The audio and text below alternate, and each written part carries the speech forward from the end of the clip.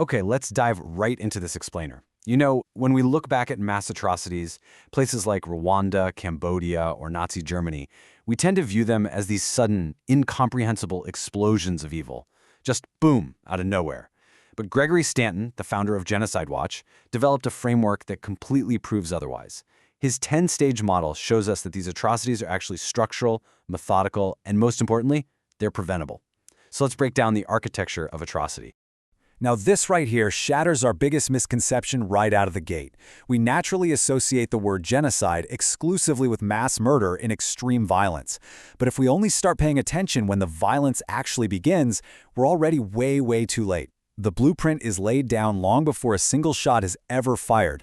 Instead of spontaneous violence, the early warning signs are usually sitting there, visible in plain sight, for years. It begins super quietly, with division.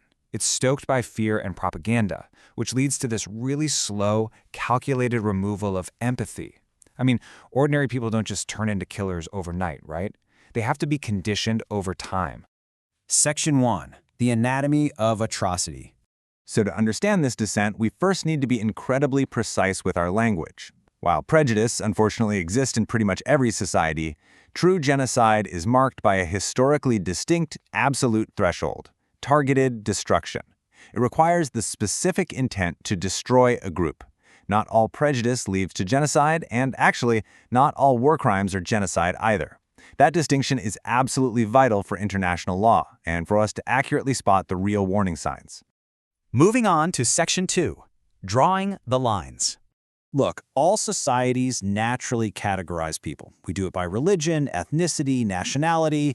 That's perfectly normal cultural identity. But the danger really creeps in at stage 1, which Stanton calls classification. This is where divisions are actively weaponized for political gain. It happens when political rhetoric starts defining who the real citizens are, creating this intensely rigid us versus them dynamic. And once that us versus them dynamic is locked in, we hit stage 2, symbolization. The them group is suddenly given specific names or identifying markers. Think of the yellow star in Nazi Germany or ethnic ID cards in Rwanda. Now, the symbols themselves aren't inherently the problem. It's the stigma and the coercion attached to them that makes them dangerous. To counter this, we literally have to step in early to promote inclusive, shared national identities and just outright ban hate symbols. It really forces us to pause and ask a difficult question. When exactly does cultural identity become dangerous? Because recognizing that specific boundary, where pride twists into a weapon against someone else, that is our first line of defense. Which brings us to Section 3, normalizing the unthinkable. As inequality moves from just social attitudes into the actual legal framework of a state, we reach Stage 3, discrimination. The dominant group starts using the law to deny rights. We're talking voting restrictions, stripping of citizenship, things like the Nuremberg laws. And this paves the way for Stage 4, dehumanization. This right here is the psychological linchpin. Humans are naturally pretty resistant to killing each other, so the perpetrators have to portray the targeted group as less than human. They call them animals, vermin, diseases. Hate speech just becomes the everyday norm. Halting this requires punishing incitement and relying on fiercely independent courts. It's honestly a chilling thought. How quickly do ordinary people just accept a brand new reality where their neighbors suddenly have fewer rights?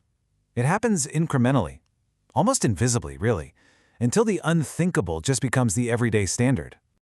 All right, Section 4, the descent into violence.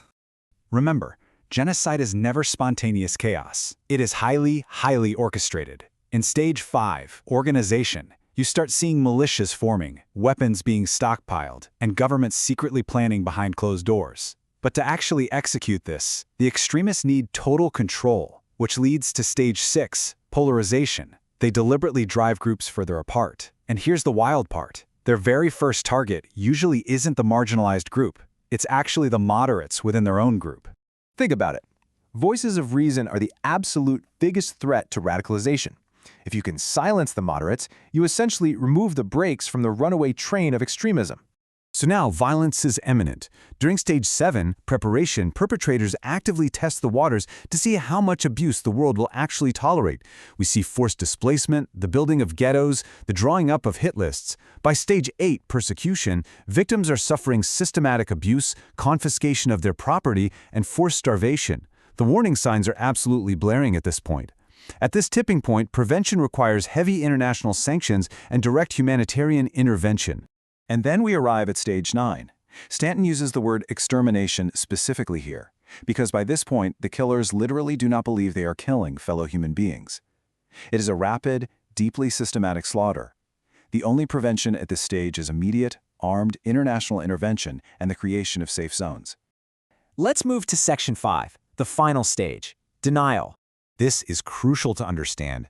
The process doesn't end when the killing stops.